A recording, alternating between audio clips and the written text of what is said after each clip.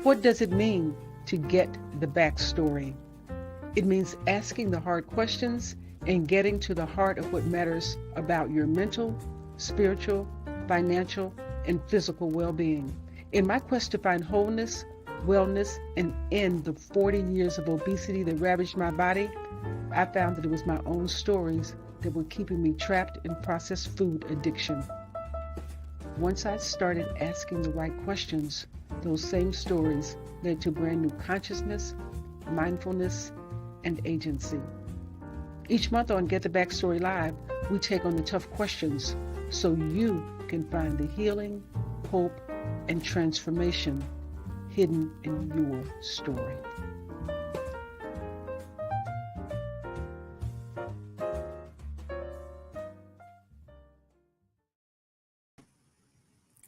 Good evening and welcome to Get the Backstory Live. I'm Michelle Petties. I'm your host, and I'm so delighted that you have joined me tonight, that you have joined me and my guest, the fabulous, the wonderful Toni Harris Talor. Just wait till I bring her on, y'all. You're gonna be so amazed. Tonight is going to be so juicy. But first of all, I just want to let you know what Get the Backstory Live is all about. Get the Backstory Live started as a way for me to disseminate information for those who are on a health journey like I was. So if you don't know my story, from the time I was 20 until the time I was 60, I struggled with my weight. I have gained and lost over 700 pounds. You know that yo-yo dieting thing? Lose 30, gain 40, lose 40, gain 50, lose 50, gain 60. That was me. And I know that so many people struggle with that. So this show was born out of the desire to help anybody who is on this journey, to provide some motivation, to provide some inspiration, to show what transformation looks like, to show what transformation feels like, because it is absolutely possible. And when you're able to talk to people that are walking the walk, right? Not just me, right? Because there's so many people that have made the decision to reclaim their health, to take their life back, to really live their best life, live their best life in their best health. Because the reality is, you cannot live your best life. We cannot live our best lives if we are not in our best health. We can't do it. And so on Get the Backstory Live, we're talking to women, we're talking to men, we're talking to young, we're talking to old, we're talking to anybody in which that has clicked and they're on the journey. And it is a journey from beginning to end. And we need support, we need connection, we need to know the pitfalls, we need to know what's going on every step of the way. And I want to bring on the fabulous Toni Harris Talor so she can share with you her weight loss story. We can you, I'm so her, sorry. Yes. her weight loss story. And but before I do that, I just want to I want to read this introduction. I want you all to know what I know. All right. So Toni lives by the mantra of being drastic in her business. Drastic results marketing and sales coaching. She helps her clients learn strategies to get known, get connected, and get paid to grow a 6 and 7 figure business. Toni is an intercontinental speaker, international coach, and certified AI consultant, and 12-time, count them. You need 3 hands to count that. Right, 12-time author.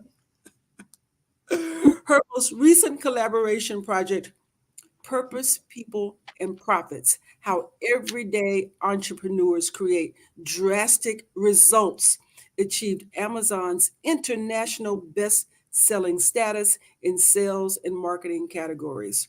Her latest book, Show Up. Didn't I just talk about showing up a few minutes ago? Show up, be up, follow up, blow up, contains 25 short stories proving that networking works, right? Your network is your net worth, right? With over 30 years of entrepreneurship experience, Toni is a champion for small business success. Here's the backstory on all that I just read to you all. This is what we're going to be talking about tonight. One of Toni's biggest personal achievements is her losing over 90 pounds twice, not once, but twice. So if it's worth doing, it's worth doing the second time.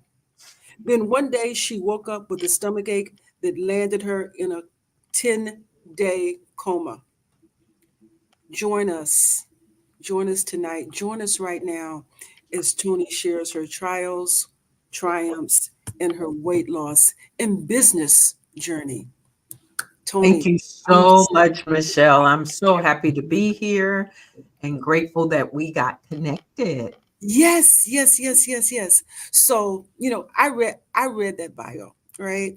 And I like to read the bios before we start the show. But the other thing that I also like to do is for my guests to tell the viewers in their own words who they are.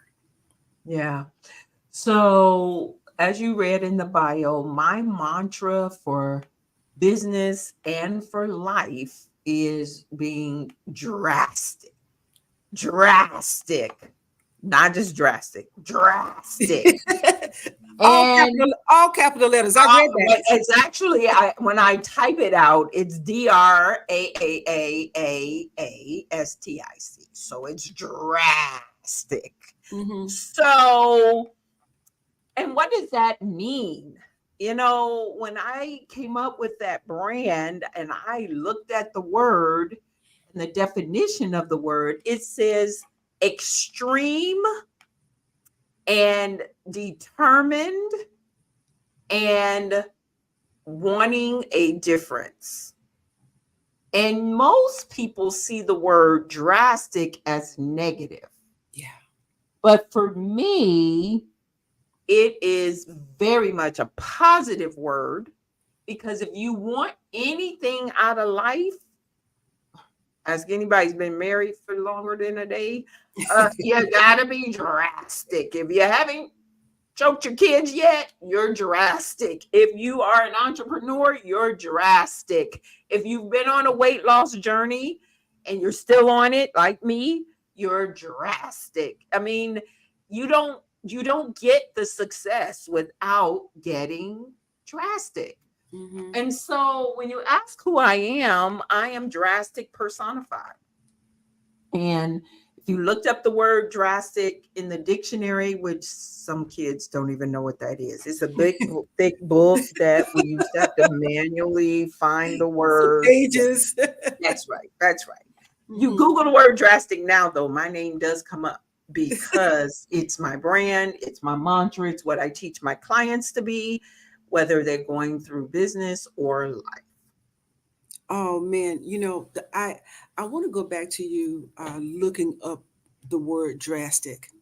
And when I hear that, I'm a word person, right? And we use words in this life, in this world all the time without actually Mm. knowing the real definition and defining them. And that's always such a great place to start. And I think about when I was on my own weight loss journey, the epiphany that I had, Toni, was when I went to the Google, right, and looked up the definition of food for the first time. I looked up at Mm. 60 years old. I had Mm. never looked up the definition of food. And when I looked up the definition of food, and it said that its purpose was for nutrition and nourishment only, it was just nutrition and nourishment. No, it was nutrition, nourishment, and energy. It's like a light bulb went off in my head. It's like things switched immediately when I saw the words. When I saw the words on paper, I it love that. immediate clarity. It's not for satisfaction. It's not for, and it's hard because our culture, American culture, period, and then African American culture, double it, is all about food for satisfaction, food for pleasure, food for entertainment, food for celebration. And that's where we we get tripped up in that. So I love that I never looked up the definition of food, but I'm gonna go look that up. I think they both have a similar impact on me. Yeah, it makes you think. It takes you someplace. And I know we're talking about you, but this is a perfect opportunity for me to say that in this, because we're having this conversation, I'm doing a TED talk on this very issue, and I talk Nice. about that journey to the dictionary and what led me to that. When are you doing a TED Talk, ladies? Say that. I, Say it.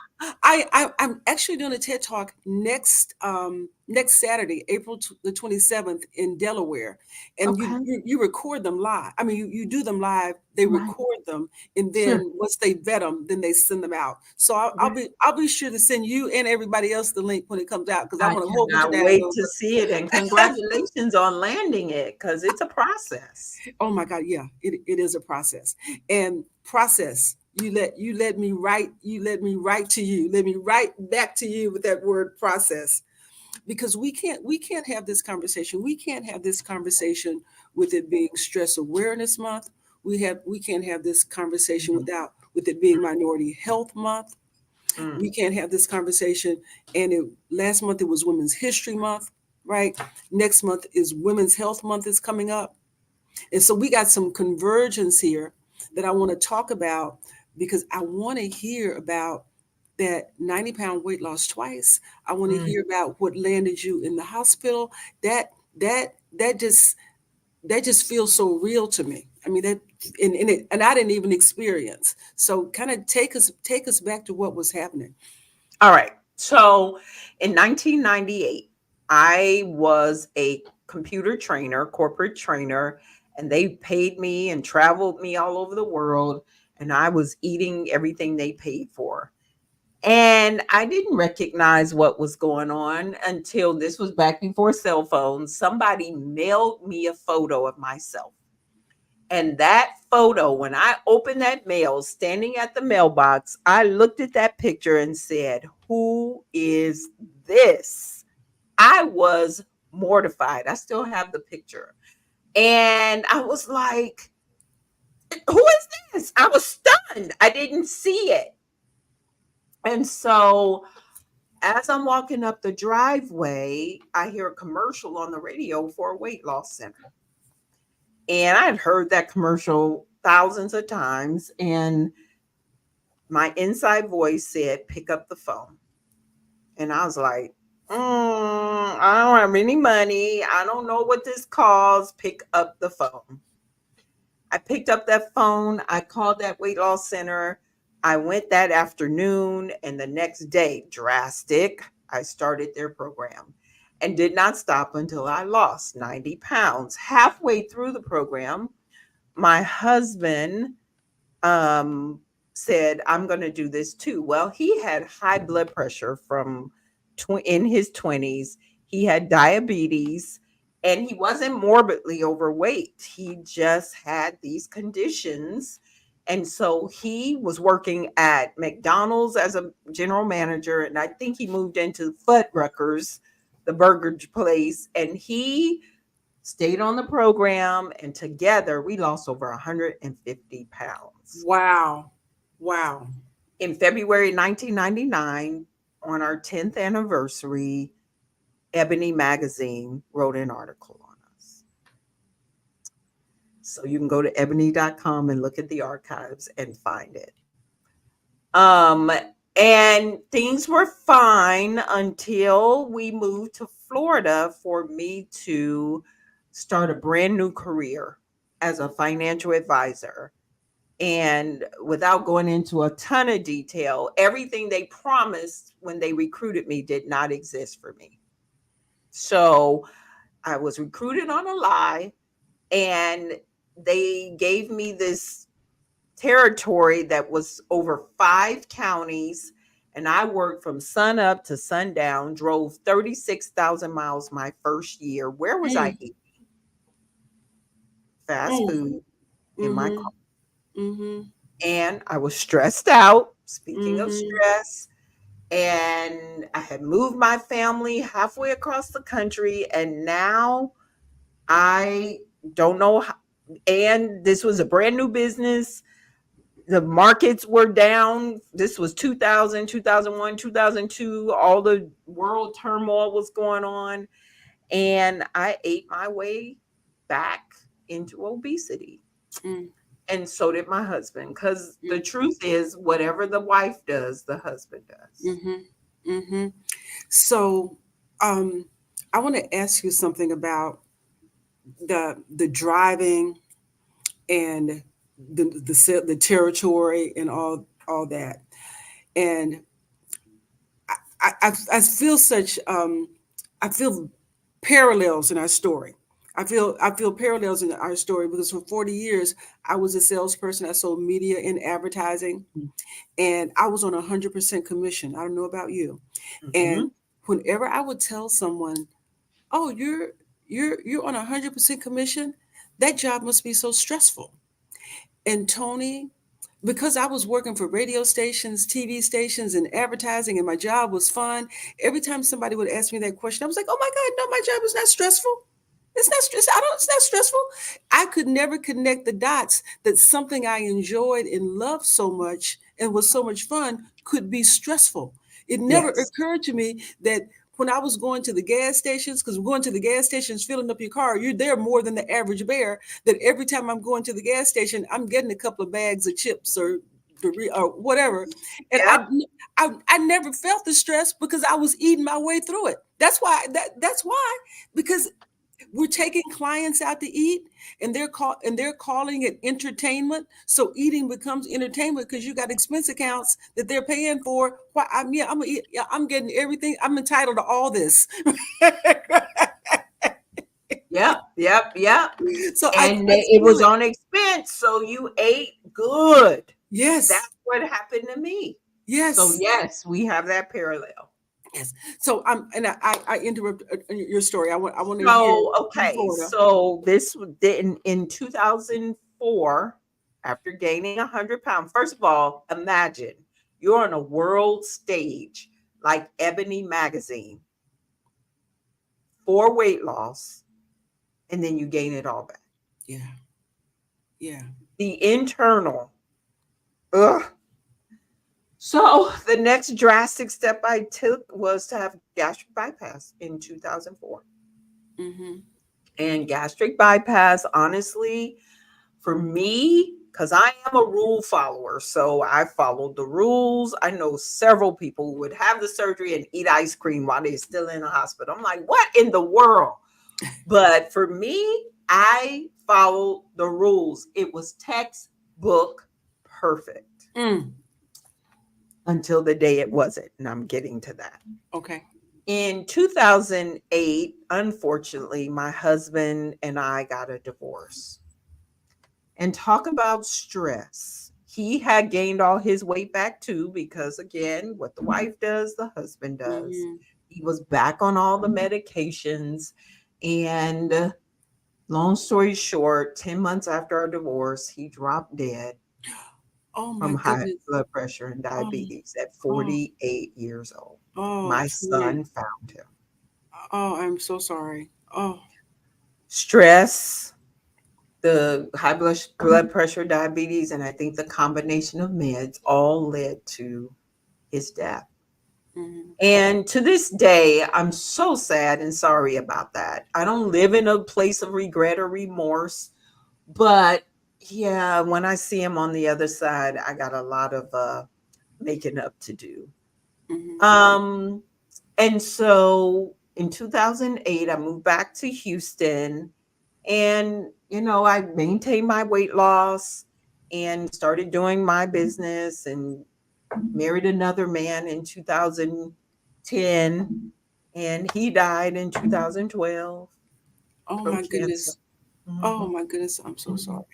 So all these drastic things. So he died in 2012. Then I launched my business, and I'm floating around the world, networking, doing what I do best, speaking all over the country in Canada. I mean, I really am doing what I want to do Being and drastic. being drastic. Mm-hmm. And December 9th, 2014, I wake up with a stomach ache. that stomach ache was excruciating, worse than any childbirth pains. And I have 2 children. And I'm crawling around on the floor trying to figure out, why is my stomach hurting so bad? No warnings, no nothing. I call an ambulance. I get to the hospital. To this day, my mom said I was awake, but I don't remember it. The pain was so bad. I thought I passed out from the pain. Anyway, they told us that I had a hernia in my intestines and they had to do emergency surgery to remove it. Well, what I didn't know that I know now is the rapid weight loss of gastric bypass caused the hernia. And I never, and like I said, I was textbook perfect until that day. Mm-hmm. And so they went in, they did this surgery, and sepsis set in. And they had to put me in a coma for 10 days to clean my body, to save me. And I'm one of Jehovah's Witnesses, and they said, without blood, she's going to die. And my family stood firm, thank goodness. And I'm here to talk about it. But when I woke up from that and my family had said, you've been in a coma for 10 days, I was stunned. I was like, what in the world? Right. How did this happen? Mm-hmm. So that happened. A month later, though, I wasn't healing. I was on TPN, so I was being intravenously fed for 6 weeks. My mother prepared my bag for me to, I would just lay there and cry and think about, oh my gosh, am I ever going to eat again? Right. And all the fried chicken commercials was on TV. I'm like, I'm never going to eat fried chicken again. So it was devastating. But then a month later, I had to go back in and they pseudo reversed my gastric bypass. I had a little twist in my intestines, and the only way to fix it was to reverse my gastric. So it's been a journey. Oh my goodness. So as you kind of like sit back and process this journey, can you talk about like the mental shifts that you had to make along the way? Yeah. So one thing I'm grateful for is my mother was this, you can't change it, move on, get over it, and let's go person. And she instilled that in me. And so I've never been the type to wallow in life. Mm-hmm. Never. Mm-hmm. Except when that whole I'm getting a feeding tube, then I'm like, Mm-hmm. if I've ever been close to a depressed state, that was it. But ultimately, I have always been a person I can't change it, right? The serenity prayer, you can't change it. So why don't we just move ahead? And so even though I process mentally, oh my gosh, what's going on? The death of my first husband, death of my second husband. Now I'm always almost near death. And then, all these business things that have happened along the way, I just tend to, I process it. It is what it is. Now, how are we going to get out of it? Mm-hmm. Mm-hmm. How are we going to move ahead? Because I can't change what's happening, but I can change how I look at it and how I perceive it and how I move forward. Yes. And that's like what is Carla saying? It's not how many times you get back up. Yes. Life is not what happens to you, right? It's about how do you handle and how does it make you a better person? Yes. So yeah, I mean it's like we get lessons all along the way, and Carla is so right. It's not about how many times you get knocked down. It's important that you get back up, and quite frankly, One of the things that I talk to the people in my coaching group about, we talk about relapse, and relapse is actually part of the process. I mean, sometimes it takes falling down, it takes relapsing to learn the thing that you don't know. You need that, and so Absolutely. it's perception, is how you look at it. It's understanding that this is happening not to you really, but for you. That's And right. it's our language, it's our words, That's right. it's the definition that we put on words, and what they mean to us. And we can go in our head and change the meaning. That's what's so powerful about the fact that we are who we are, that we have the power to change the meaning of words. That's And when right. we do that, we can change our lives. We That's can change. exactly right. And so we have to get back up, right? We can't stay down. And yes, I'm an entrepreneur over 30 years, and commission based, even though when you commission based, even if you work for a company, you're an entrepreneur. Right. And so if you don't have resilience in your spirit, you don't get on this path, Yeah. because every so often, every few years, you trucking, hey, trucking. And I'll be transparent. I'm at that point today, right now, Hmm. where I'm getting back up. Hmm. I've been knocked down in business recently, and I am getting back up. And sometimes, and especially the older I get, I lay there a minute and I'm like, do I really want to get back up and start this again? Right. Right. So And I figure out what else I'm gonna do. Tony, here's that thing about laying there a minute and thinking about your strategy and getting back up and getting older. Um, I remember when I first started playing tennis, which is like maybe 30 years or so ago. Well, maybe not that long, but a while ago. And I didn't know how to play, right? And I was like the worst on the team. Nobody wanted to play with me. My balls were going all over the fence. I was always picking the balls. I was horrible, right? But I was committed to playing. But the thing is, the couple that was in the number one position on the team, it was an older retired couple, and they had been playing together a very long time. They were the best players on the team. They didn't hit the ball the hardest, they didn't run the fastest. Everything that they did was about strategy. They Strategy. would just tap the ball someplace that you couldn't return it. So and the younger people, that those guys were trying to hit the ball. It was all power, right? All power, and the balls would go out. They didn't have any sort of ball control. But I think their name was Fred and Eileen. Fred and Eileen would just kind of skip up. They would skip up to the net, right, and tap the balls. I mean, they were flowing. They were That's a in good analogy, because sometimes we're trying to hit it out the park when we just need to get to first base. And when you get to first base, you figure out how to get to second base. Right. You don't have to see how to get to second base. You just get to first base. How to get to second base will reveal itself when you get to first base. Yes, Oh, I yes. love that. Yes, it's beautiful. So now I wanna go back to something you talked about, and the reason I want to go back to that because it's a word.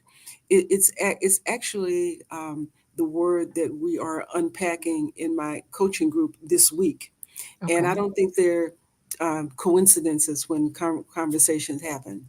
And you talked about Ebony, Yes. it was Ebony Ebony. interviewing you, Mhm. I guess power weight loss couple, right? Mhm. And Yep. some years later gaining the weight back and what it felt like, and that place that you put you in. And what we're talking about in our group is that we gain the weight around thoughts that we have in our consciousness first, that the weight comes in our consciousness and then it shows up in our body at sometimes later, and that you have to release it from your consciousness, and once you release the weight from your consciousness, then you can release the weight from your body. That is so true. That's so true.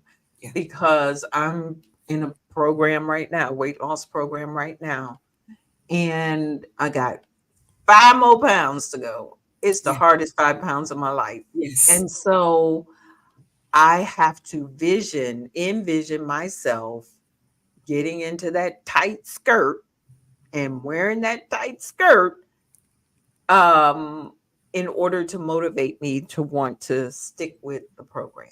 Yes. Yes. Yes. And so and you'll get there. I want to, Yes, I will. I want to, Mhm. you will, I don't even know what the skirt looks like.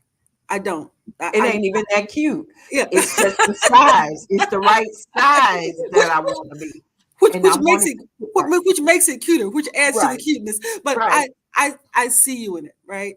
I see you in it. I see you in it fabulous. I see you in it fabulous and sooner than what you think that you might be in it. And Thank just you. keep doing what you're doing and you will get there. You're not that 5 pounds, my God, you're not that far away. Right. Uh, Right. but the thing about that, the last 5 pounds, and I kind of talk about the last 10 pounds, how they're sometimes the hardest to lose, Mhm. especially if you have a lot of weight to lose, because Mhm. those last 10 were the first 10 to come on.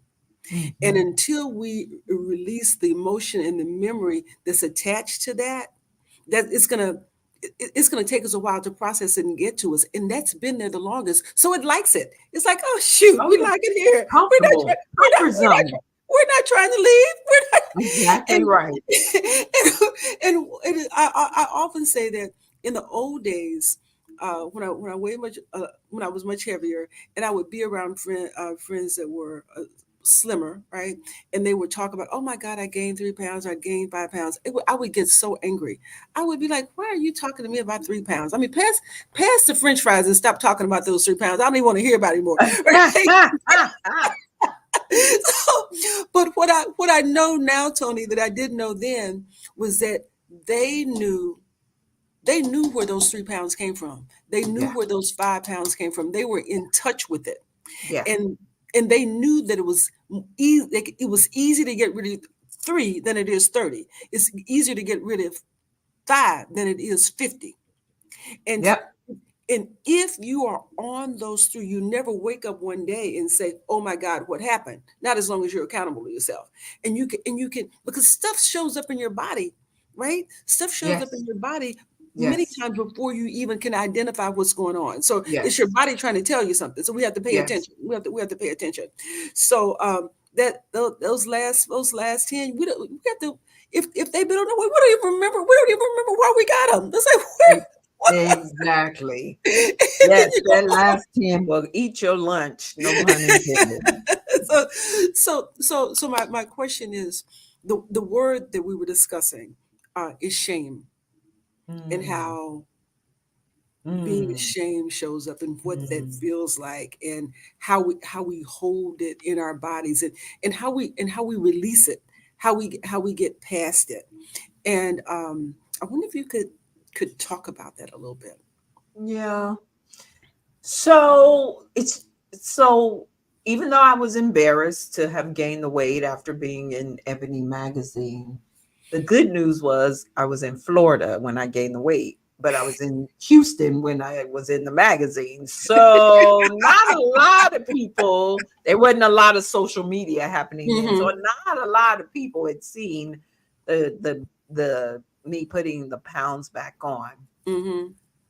I honestly don't live in a place of shame. I just don't. Mm-hmm. I might experience it, but I don't Mm-hmm. live there. Mm-hmm. I Yeah. might experience embarrassment, but okay, then what do we have to do about it? Mm-hmm. And I am also not a complaint. I cannot stand a complaining spirit. If Mm-hmm. you're complaining, do something about it or shut up. And Yeah. I cannot stand it when people are, I need to lose weight. I need to go to the gym. And somebody is in my life that's always saying that. And I'm just like, go, stop talking and go. Yeah. But if you're Yeah. not going to go, stop talking, Mm-hmm.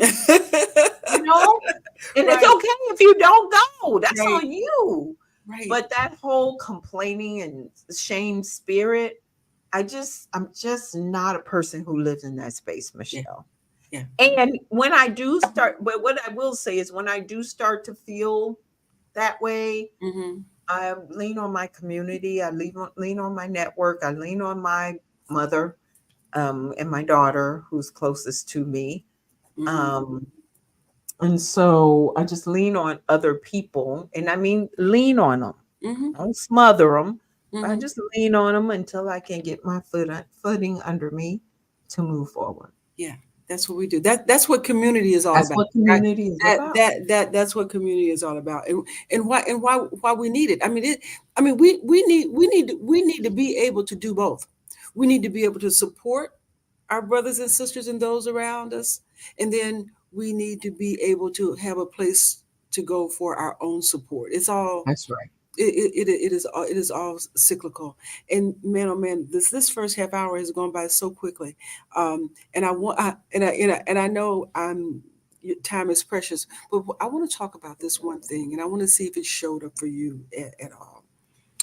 What I what I felt once I moved weight out of the way, I felt my purpose and passion in my business show up differently, Sure. and that I would, and in all these years, for whatever I thought that I was doing in my career, and however competent or excellent or how whatever I thought I was doing, it has been so much more rewarding and so much better since weight is not part of what I have to think about. It's And very freeing. have you Very freeing. can you talk about the connection between your weight Yeah. loss and your performance and your Yeah. productivity and proficiency and all that? Absolutely. So weight weighs you down. And if you think about a 10-pound bag of potatoes, and if you're 100 pounds overweight, you got 10 of those on your body. I mean, just when you visually see that, it's just like, how in the world am I going to be nimble and move around and do the things I want to do? What excess weight makes you tired. And if you've always been heavy, you don't get it till you lose weight. Once you lose the weight, then it's like, what have I been missing all my life? Yes. Um, I definitely am a better person myself. Speaking for myself, I feel like I'm a better personality when I'm feeling good about myself. I show up. As my book says, I show up differently when I feel better about myself. I dress the part. I'm confident. I'm much more confidence when I have the weight. So a lot of time when I release the weight. So a lot of times what's holding you back could be your own self-image. Mm-hmm. And if you don't get that under control, it will hold you back. And you work with people in your network, in your coaching, in your clients with their self-image and how they show up. So Absolutely. would you talk about how you mold people? So I don't coach them on weight loss or any of that, but I definitely talk to them about energy, showing up. I do have someone in my network. I mean, her weight is keeping her from, and as an entrepreneur, you can't afford to take off of work because I just can't. My knees don't work, my back don't work, my Mm-hmm. whatever, you can't afford that. Mm-hmm. And so and I've had that conversation, but image is everything, and people are attracted to image. And so how you look on the outside, as superficial as it sounds today, people still judge you within 30 seconds. And if the number one compliment I get still today is, I love your energy. I love your energy, Mm-hmm. because I exude energy when I'm in the room with when I'm home by myself, that's a different thing. But yes, but in order to do that, it starts with self-image and feeling good about yourself. Yeah. And what I have found, Toni, in my work, and just over time, and even with myself, is that what is happening on the outside, it is a manifestation of some stuff going on the inside that Absolutely. has not been healed and addressed. Absolutely. And as a business owner, as a person, if you've got some conflict, if you've got some unresolved stuff going on the inside that's manifesting on the outside, then you can't connect to your own self or others in an authentic way. And that's one of the big benefits of learning how to use food properly, is that it allows you to get connected to your To the real purpose. yes. Yeah. And Because that's the people who energy. are addicted to food really tie a lot of worth into their next meal, Mhm. and so I get exactly what you're saying. So moving past the food allows you to get to who you really are. Yeah. Yeah. And that is when the connection happens, right? That's when the That's where real the connection. energy comes from. That's what people want, right? That's They right. want, like, what are you really saying? What do you really stand for? What's Yeah. what's there, right? Yes. Um, so I want to ask you about. I just want to kind of ask you a little bit more about your business and how it works and who you help, right? We've Sure. got just a Sure. few minutes, and I just want to Sure. talk about that, and how you came to do what you do. That's a longer story for another show, Okay. but as you can see, I've got all these logos behind me. So the THT with the crown is Toni Harris Talor, the networking queen. That's my personal brand. And my clients gave me that moniker, the networking queen, because frankly, it is who I am. I'm a global networker and connector of people. I heard someone say it today. He said I could use it. He says, he collect people and connect people. And that's exactly what I do for a living. Drastic Results, marketing and sales coaching. I teach entrepreneurs, service-based entrepreneurs, how to stand out, how to be different, how to show up, be up, follow up so they can blow up their business using networking as the foundation. Because don't nobody want to make cold calls or knock on doors. Uh, Network in Action is a franchise. I purchased that in 2019. And that is you've come to my meeting. I have a national group that meets once a month and they build relationships to open doors for each other to help each other to grow. So and then the Viral Networking Conference. I've run that conference for the past 3 years. I've made the decision not to run it this year, but it'll be back. And it's an international conference that brings business owners together. Everybody leaves my events with appointments. Mm. So I teach people how to stop collecting business cards and start building relationships. Yes. Stop.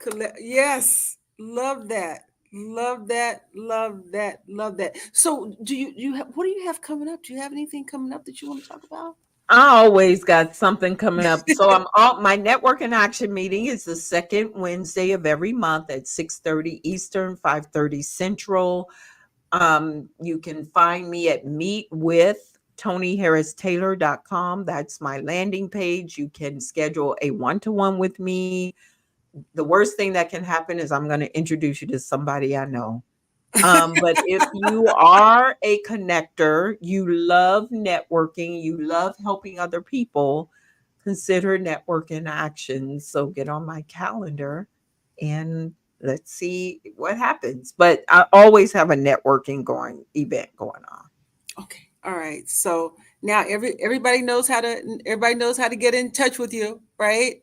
And so if anything, and I know many things must have resonated with you about what Toni has had to share with us tonight. So connect with this woman. Connect with Please this do. woman. She's a superwoman. She's a superwoman. Well, and you and I met at an event And here Yes. we are. Yes. How about that? How And it about that? and it actually wasn't that long ago. It No, really it actually wasn't that long it wasn't ago. that long ago. And It I wasn't. will tell talking about that about networking, Tony. One of the things that I have just kind of like learned in the process, and when you said this thing about the business cards, is that I approach it so differently. For a long time, I hated networking because I didn't understand what the word meant, right? It always felt kind of greasy to me.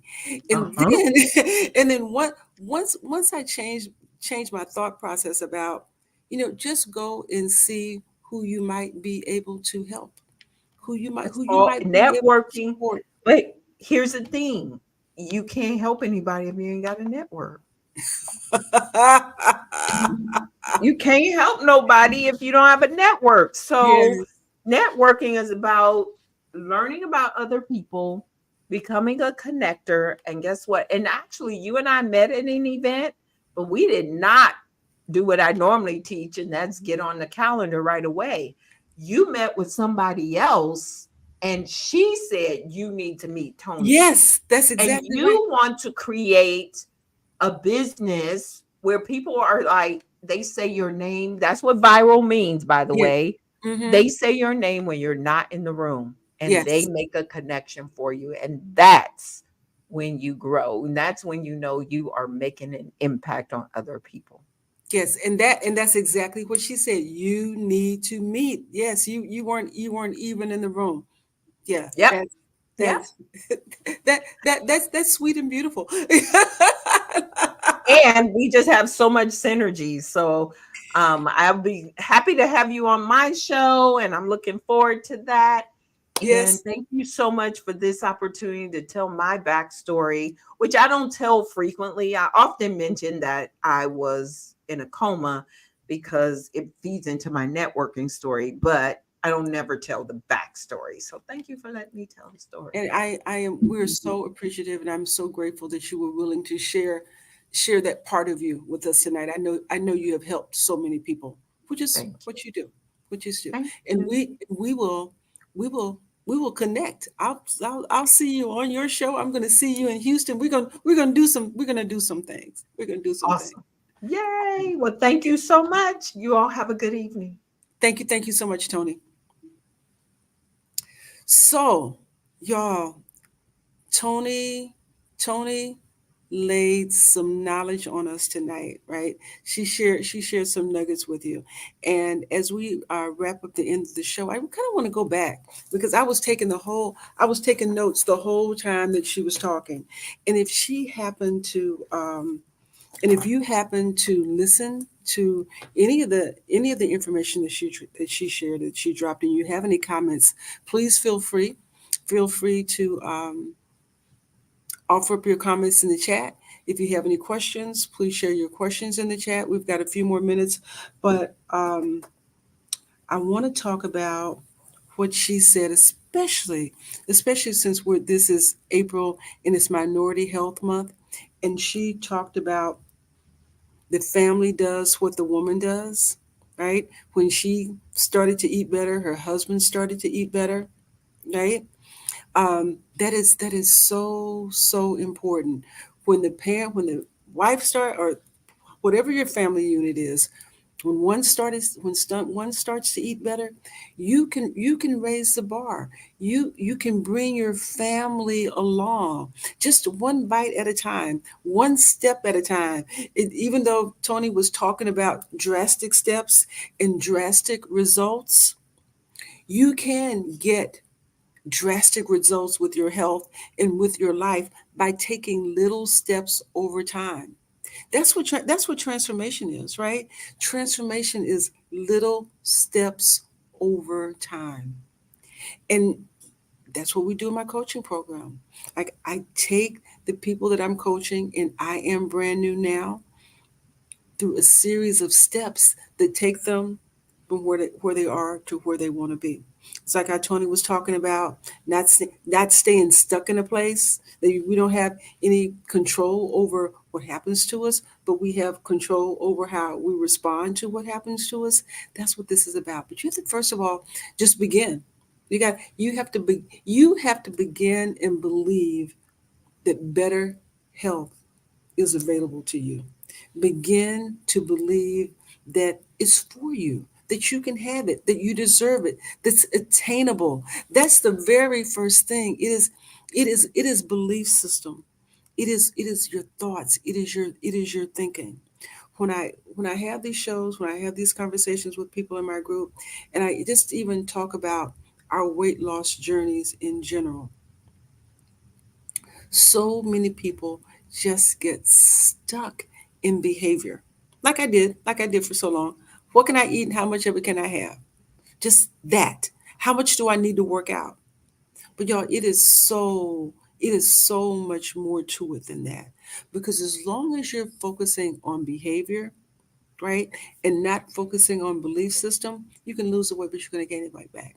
You can be a size 26 and go down to a size 14 and go right back to a 26 because in your mind you haven't changed. So the work is to change your mind first. The work is to change your belief system first. Because when you change your mind, when you change your belief system, when you change your brain, your body has to follow. Your behavior has to follow. That's why my work is so rooted in our thought process, our belief system, what we think. Some people say mindset, some people say lifestyle, but it is way deeper than that. It is way when you can start to visualize yourself, right? Not as you currently are, but as you want to be.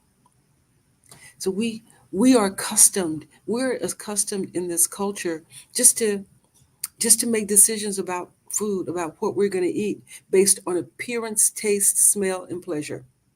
That's what we're marketed to to make decisions that way. Oh, I think I'll get that. That looks good. That smells good. I think I'll get that. I've had that before. That tastes good. I think I'll get that. Right? But when you think about it, and Toni and I talked about it at the beginning of the show, when I looked up the definition of food for the very first time, and the definition said nutrition, nourishment, energy, then that's how that's how we need to make our decisions for what we eat. Is this nutritious? Right? Is it nourishing? Is it going to give me the energy that I need? Is it going to serve my body? Is it going to heal me or hurt me? I'm telling you now, the first decision that we need to make when we're going to put something in our mouth is it safe to eat? How do you know it's safe? Do you think that just because you bought it in the grocery store that it's safe to eat? I got news for you, right? We have to evaluate, we have to do what I call eat before we eat. And as we have to evaluate, we have to ask, we have to think before everything we put in our mouth. Is this going to heal me or is it going to hurt me? Really? Is it going to heal me or is it going to hurt me? Is it going to heal me or is it going to kill me? Right? That really is the ultimate question. Is it what what is this food doing? What is this doing to my body and how do I know? Because we live in it. Look around. Look around when you're out in the street. Look around when you're walking in the mall. Look around when you're in the restaurant. We live in a toxic food environment. We live in a toxic food environment of processed food, fast food, junk food that is produced and manufactured by those who do not care about our health. They do not. They care about profit, not about our physical health. Our physical health is in our control. Your physical health is in your control. And that's why you have to eat before you eat. Evaluate, ask, and think. And then guess what? You do it after you eat as well. Evaluate, ask, and think. How does my body feel after this? Do I feel sleepy? Do I feel energized? Do I feel a rash coming on? How do I feel? Do I feel heavy? Do I feel bloated? I'm starting to feel sick. Does it agree with me? Why would I eat something that doesn't agree with me? It is a continuous process. And with everybody, we're taking our lives in our hands without even realizing it. That's why we need that's why we need consciousness. That's why we need awareness. That's what this show is about. That's why we come on every month, the third Wednesday of every month, and share these stories of people that are transforming their lives, people that are transforming their thoughts, people that are transforming their bodies and reclaiming their health, reclaiming their lives. This show is for you. This show is for anybody that is on that journey, that wants to take that journey. And if anything that Toni Harris Talor said tonight resonated with you, then reach out to her. Reach out to her, and just we can continue to pay it forward. So I would like to thank you for joining me tonight on Get the Backstory. As always, it is such a pleasure, it is such a delight to share these stories of transformation with you, and just be on this journey together as we move forward, in good health. Good night, and we'll see you in May, on May the 15th, the third Wednesday in May, for Get the Backstory Live. What does it mean to get the backstory? It means asking the hard questions and getting to the heart of what matters about your mental, spiritual, financial, and physical well-being. In my quest to find wholeness, wellness, and end the 40 years of obesity that ravaged my body, I found that it was my own stories that were keeping me trapped in processed food addiction. Once I started asking the right questions, those same stories led to brand new consciousness, mindfulness, and agency. Each month on Get the Backstory Live, we take on the tough questions so you can find the healing, hope, and transformation hidden in your story.